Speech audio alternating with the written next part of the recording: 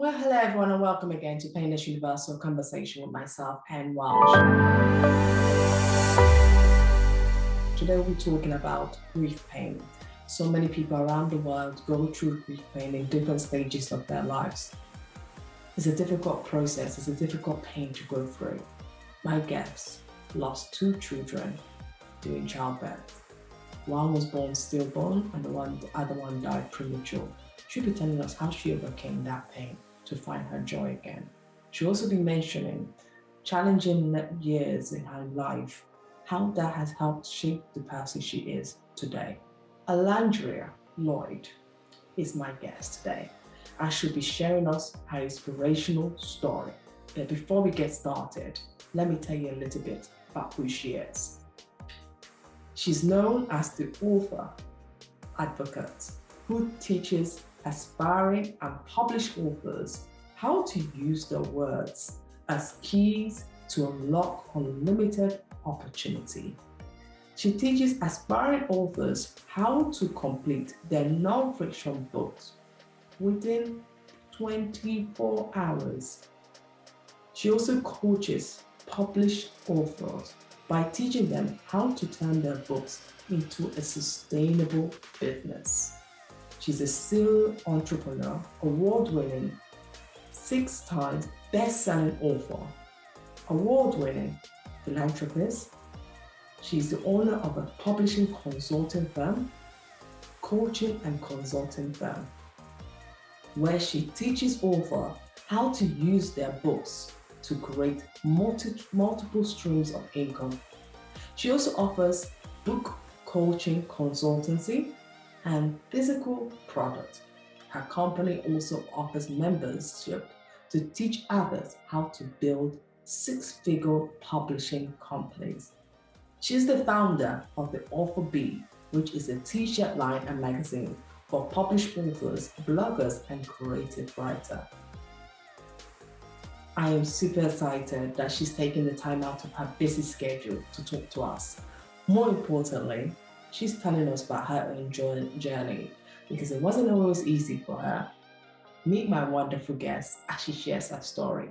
Well, hello everyone, and welcome again to Painless Universal Conversation with myself and Welsh. Each time we have this conversation, I am super excited because we learn one or two things from each person that comes on this Zoom call to share with us their own journey. Today's journey is one of grief and turning that into joy. And not just that, also about inspiring you. Is how many of you have ever thought of writing a book but have found the challenge of getting your words out there? How can our guest today convince you that you can do it in no time at all? Our guest, Alandria, will be telling us about her journey and how you could turn your pain to joy. Alandria, how are you? I am well, and how are you? I'm very well, thank you. Where are you joining me from, by the way? Where are you called? Atlanta, Georgia. Oh, wonderful. So you're joining us out here in London, and I'm not sure what the weather is like out there. It is today, I could tell you the weather is nice, but it's dull and grey and a bit wet. So I hope you guys have better weather than that. I hope you could beat the weather.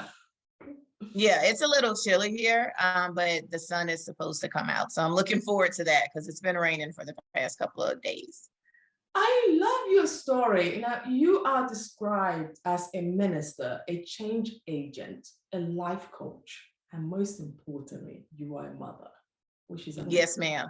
I love that. I mean, people say, how do we describe that as a job? It is a job, and it's the most important job any human being can have. And I love that you said, most importantly, I am a mother.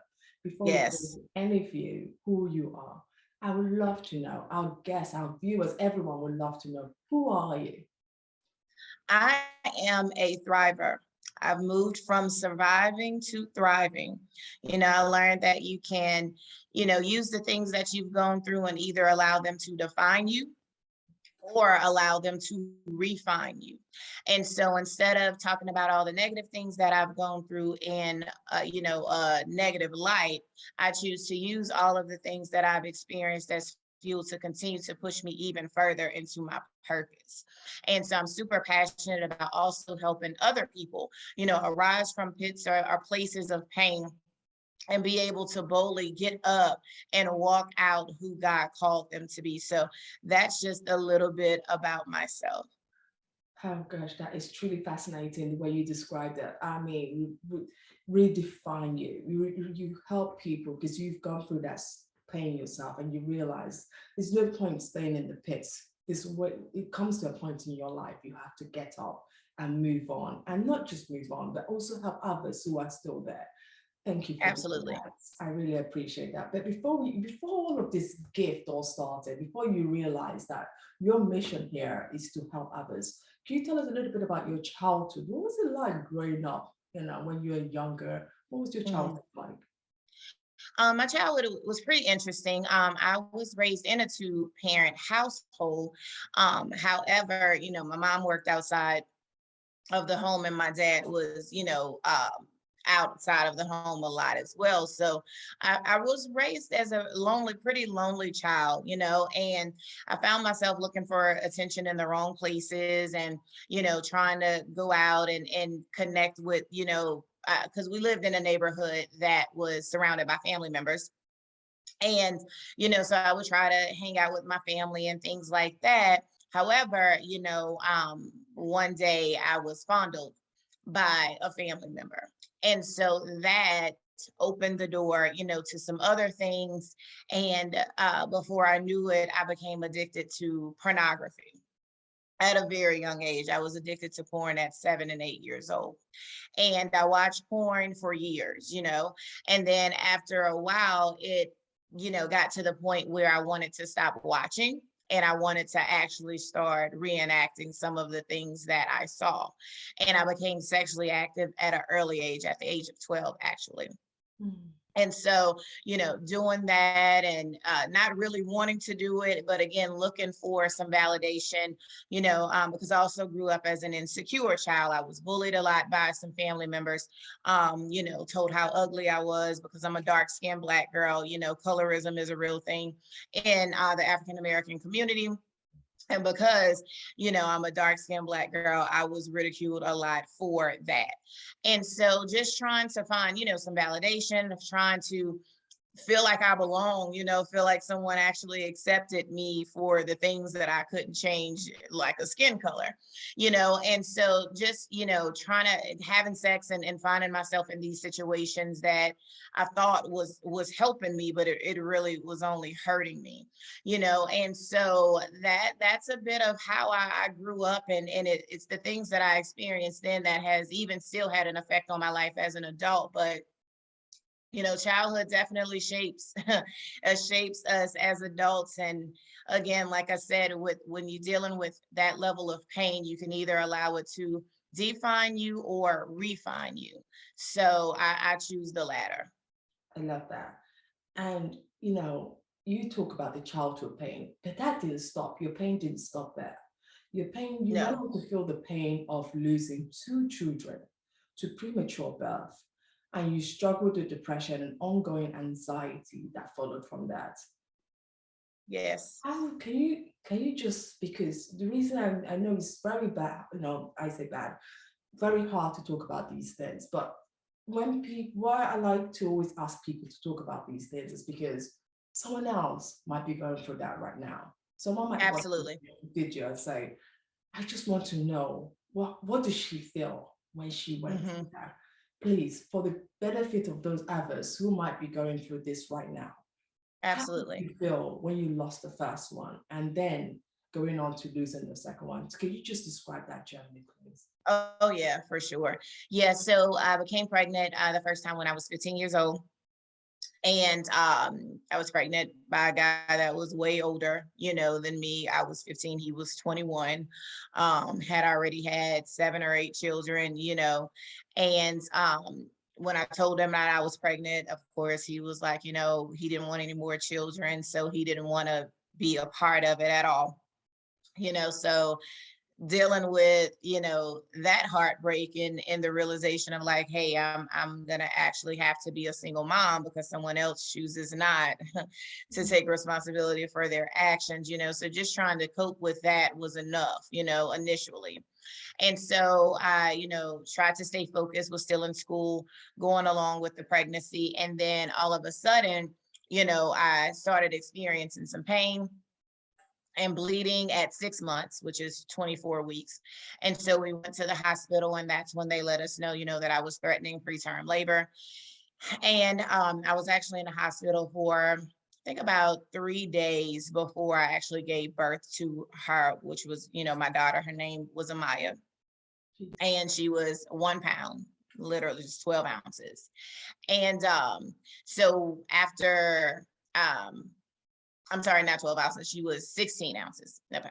And so after, giving birth to her, she, of course, because she was premature, she was hooked up to all of these different machines, ventilators and oxygen and just all of this stuff. And so even just seeing that, was traumatic, of course, because you never knew what was going to happen. One minute, it seems like things were going fine. Seems like she was progressing. And the next minute, it seemed like things were turning for the worse. So it was a constant up and down. And so that's what kicked off my problems with anxiety, because I could never relax. Again, one minute I would call the hospital and they would say, oh, she's doing fine, she's progressing. If she keeps doing this well, doing this good, then we'll be able to wean her off of a medication. And then literally the next hour I could call and, something horrible happened. So that went on, every single day. And then about when she turned 15 days old, same thing happened. I just called the hospital and they said, oh, she's great, she's doing well, and I was like, okay, great. I'm about to get dressed. We're going to come down and visit her. And before we could even get out of the door, the hospital was calling saying that her organs were shutting down. And so, get to the hospital and, they just explained that based on her, size and just that all the health issues and things that she was experiencing, that it was pretty much nothing else that they could do, and so me and my family, decided to just allow them to, pull the plug, because it was just constant, and it was torturous, for everyone involved. And it was just a hard thing. So she died November 27th of 1999. And that's when my entire world, just crashed. And I just remember being extremely suicidal, really paranoid. I would hear babies crying at night. I was afraid to be alone. I dealt with just different levels of anxiety, social anxiety, where I didn't want a lot of people around me. Just seeing a crowd of people would send me into a full-blown panic attack. But then I was scared to be alone as well. So it was a little piece of, hell on earth during those times. But it was also during those times when I developed my relationship with God, because it really was prayer, that really, really helped me. It was nothing but prayer, as well as my pen, that I really heavily relied on. I wrote my way out of depression and out of anxiety, because they were putting me on different medications, but the medications had me feeling like a zombie. I was really numb. It just seemed like I was just there. I wasn't living, I was just there. And I didn't want to feel that way. I didn't want to feel the sadness, but I didn't want to not feel anything at all either. And so I just made the choice to just stop the medication cold turkey. And that's when I really heavily relied on prayer and my pen. So that's when I learned the therapeutic benefits of writing, which is why I'm super passionate about it today. So when you lost the first child, what happened Mhm. is going on to losing the second one? How did that go about? Yes, ma'am. So with the second one, I had a condition called placenta abruption. And that's when the placenta detaches from the uterus, which deprives the fetus of oxygen. So that happened around 5 months. And so she was stillborn. So it was another girl, and she was stillborn, and it literally happened a year and 2 days. So I lost my first child November 27th of 99, and I lost my second child November 29th of 2000. So needless to say, the month of November has never been my favorite month. But I think, thankfully that throughout the years, things have gotten progressively easier. But back in the days, like, I would go into this deep slump of depression every November. It would be really, really bad the entire month because, to lose and to have to bury two children in the same month, it's a lot for anyone. How did you learn to grieve, to deal with this pain that was being thrown at you from the pain of loss? How did you learn to Mm. deal with it? Yeah, so I just let in the beginning, I just let it flow. I grieved excessively. And what I mean by that is even years and years and years, probably about 17 years, like I would literally go into this deep slump of depression every November. And sometimes even just thinking about it or seeing other people with children, or, especially when the birthdays come around, I would always, wonder what type of children they would have become, have they still been alive. And so it was hard, and then it was after about 18 years that I remember I went to have a counseling session with my pastor at the time, and he and I were talking about, how I usually go into this deep slump of depression every year. And I remember him telling me, he was like, that's not normal. And I didn't know that. I didn't know that it wasn't normal to grieve, on that level. Mm. And he reminded me of this scripture in Ecclesiastes that says there's a time to mourn, but there's also a time to laugh again.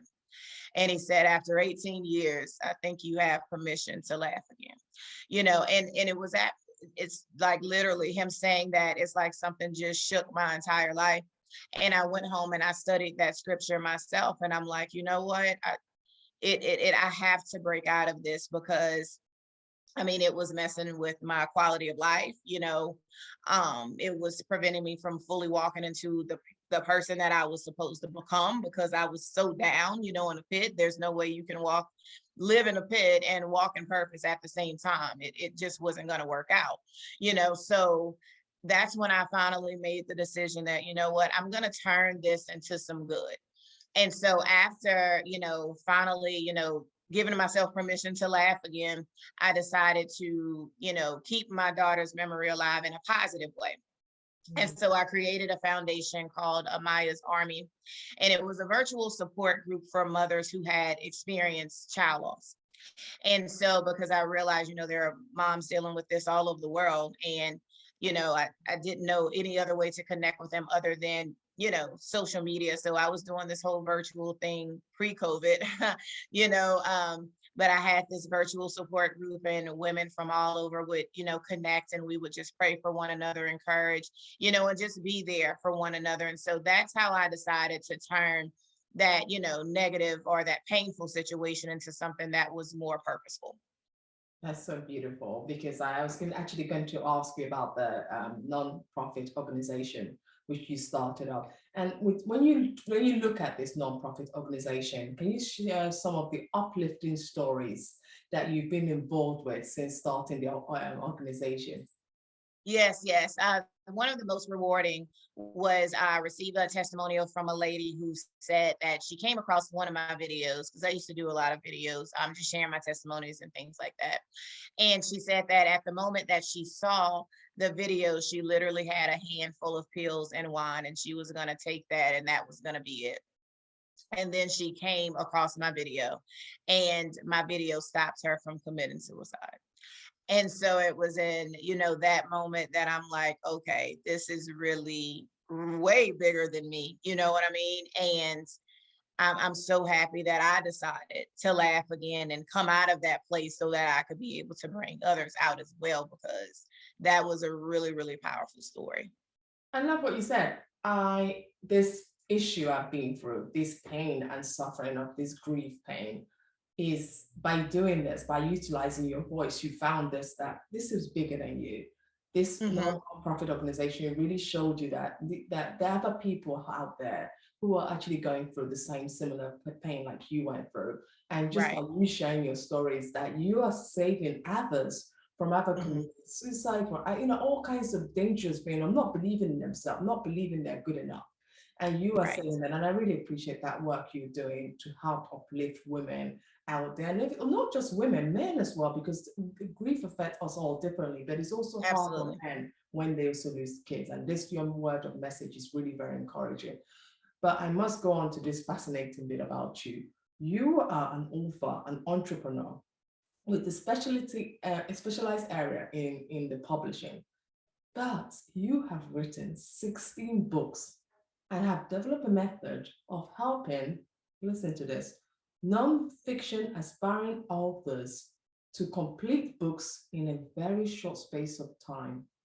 What Yes. advice do you give to people who are just talking about it, saying, I want to do it, I want to write, but I don't have time. It's going to take Mm. me years to write one book. I don't even know where to start. What advice do you give to those people out there? Stop overthinking and just do it. Just as simple as that. Stop overthinking and just do it, because again, someone needs the story. You know what I mean? Just like, I just shared with me sharing my testimony of how that stopped someone from committing suicide. You never know who your story will help or heal, but you will never know if you continue to overthink, if you continue to go back and forth, questioning yourself about who wants to hear this. No one knows me, because those are the type of things that we say to ourselves. Oh, I'm not a celebrity, I'm not a big name. No one even knows that I exist, like how or why would anyone even care about my story? But there are hundreds of thousands of people out there that literally need what you have to say, because when you're going through tough times, you have a habit of, we all have a habit of feeling like, no one understands me. I'm going through this alone. No one's gonna get it, and then that's when depression can kick in and all of these, negative thoughts. But as soon as you realize that, hey, someone else can relate to what you're saying, you will immediately start feeling better. No, it doesn't erase your situation, but it also lets you know that, hey, I'm really not alone in this. And maybe if we can compare some notes or have a conversation, they may be able to give me some tips to help me overcome as well. And so that's the same thing with storytelling. Someone needs to know how you were able to get over, and that's why I'm also really passionate about the nonfiction side of it, because those are real stories, and so we need to know how you were able to come out. Tell me about your books. So can you describe some of the books you've written, because you're also an author?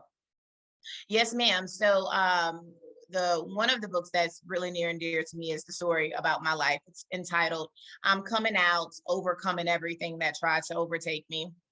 And so in that story, I give more detail about, my addiction to porn and losing the children. And then I found myself in a series of toxic relationships with men, still trying to numb the pain that I was feeling from losing the children, and losing myself even more in the process, and how I was able to turn all of that pain into fuel for my purpose. So that's what that book is about. I also have a few anthologies, which are group projects that I'm the visionary over, where, I opened up for other ladies to come and share portions of their testimonies as well.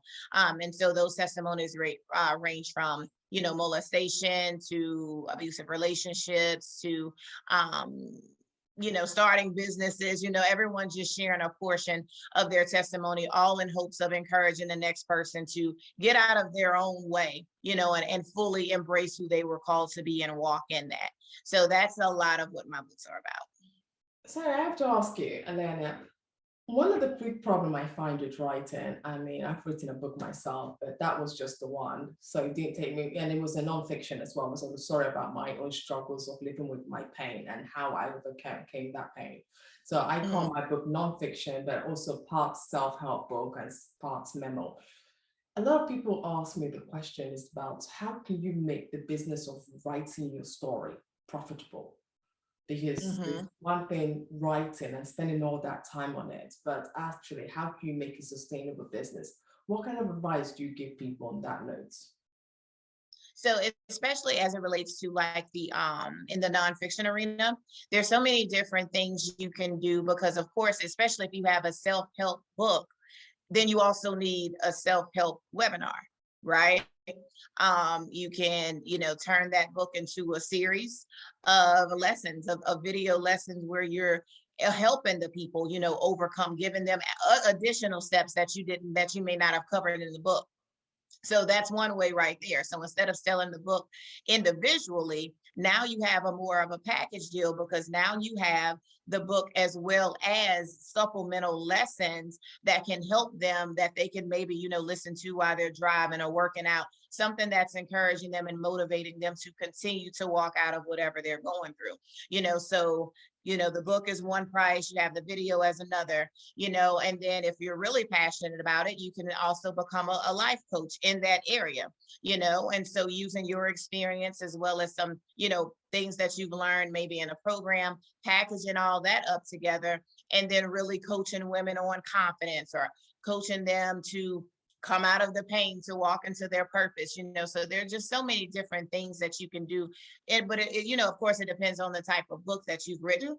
But for nonfiction authors, really the sky's the limit as it relates to that, because what happens when you're dealing with nonfiction stories, those things are also considered evergreen because someone's going to always go, be experiencing something that you've been able to overcome. And so that's one way that you can continue to sell it over and over again, because even if it's 20 years later, someone's still dealing with child loss or loneliness or not knowing how to walk in their purpose. And so creating these different programs, whether it's again a webinar, whether it's a training series, I'm starting a podcast, you know what I mean? Monetizing the podcast, having guests come on and selling the slots or whatever you want to do. But there's so many different ways that you can monetize what you've gone through and turn your pain into profit. But that's just one example.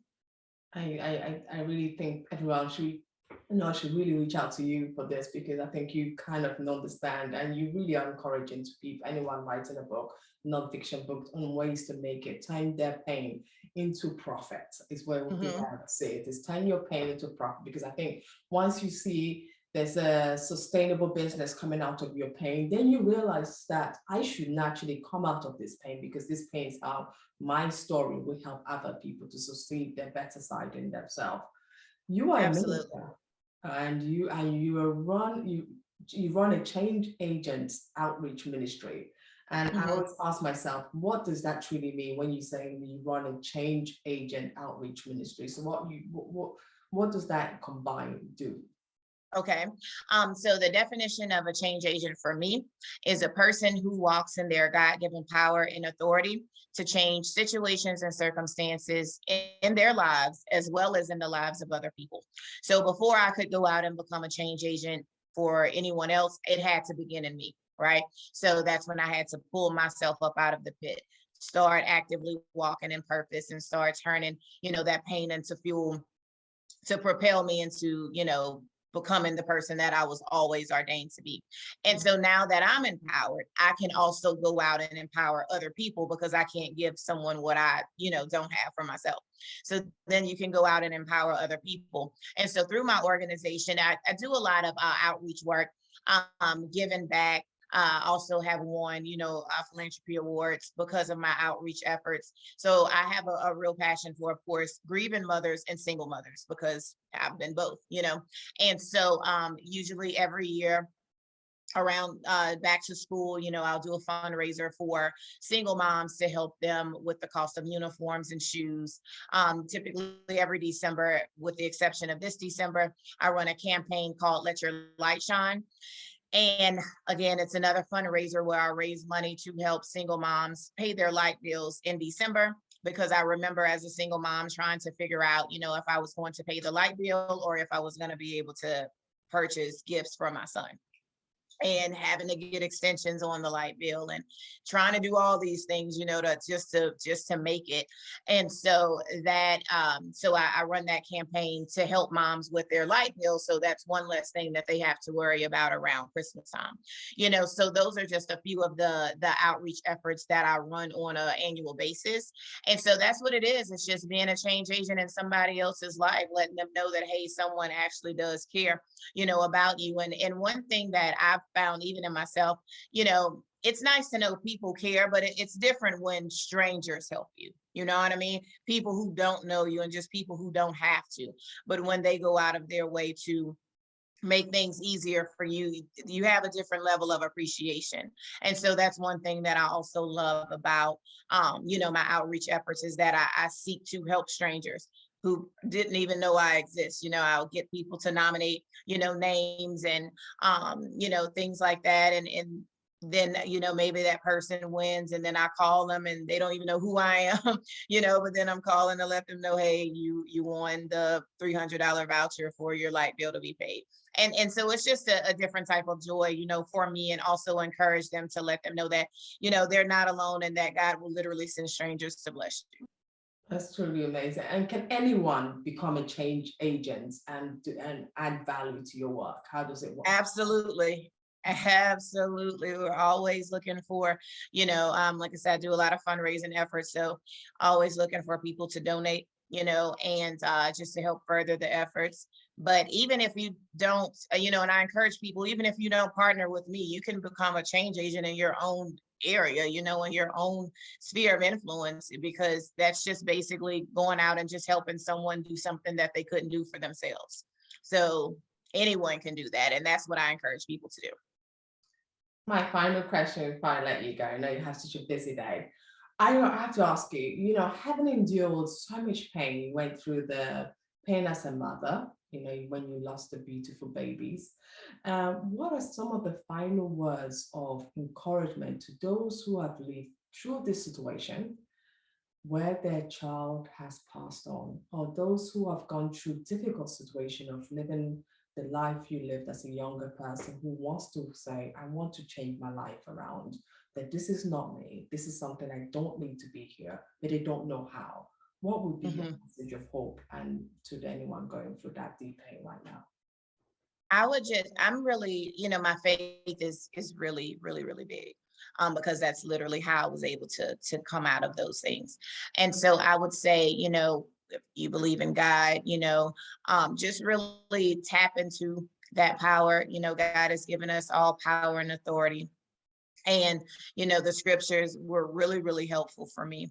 But I'd also say, try to surround yourself with people that really genuinely love you, care about you, support you, and just remember that you were created for more than this. And it was that really helped me to come out of it, because I'm like, yeah, I've experienced a lot of pain, but I know that I wasn't put here for only this, you know what I mean? Like there's more to life than experiencing this level of pain. So I became determined to get on the other side of pain to see what else life had to offer, because I wasn't just going to settle for accepting that and that alone. I knew it had to be something more. And especially during the times when I was suicidal, and I couldn't go through with it, that was proof to me that, hey, you do have purpose outside of this pain. And so if you kill yourself in this pain, you will never have an opportunity to see what's on the other side of it, and that one of my favorite scriptures is that God will give you beauty for ashes. And I was determined to go on, and that I can experience the beautiful part. And so that's what I would encourage anyone going through, to know that you aren't just here to experience pain 24/7, 365 days of the year. There is more to life than this. But if you stop here, you will never experience it. So you owe it to yourself and your past to keep pressing forward, so that you can actually become the person that you were always created to be. And anyone who wants to find you because you've just told them something that really touched them and they need to reach out to you, how do they reach out to you? So on social media, on Instagram, it's Alandria_L, that's ELLE. Or you can also just shoot me a text message. So I have a text line, and that number is 404 7599610. So you can text that number. I'll text that, and so that's a way that you can definitely stay in contact with me.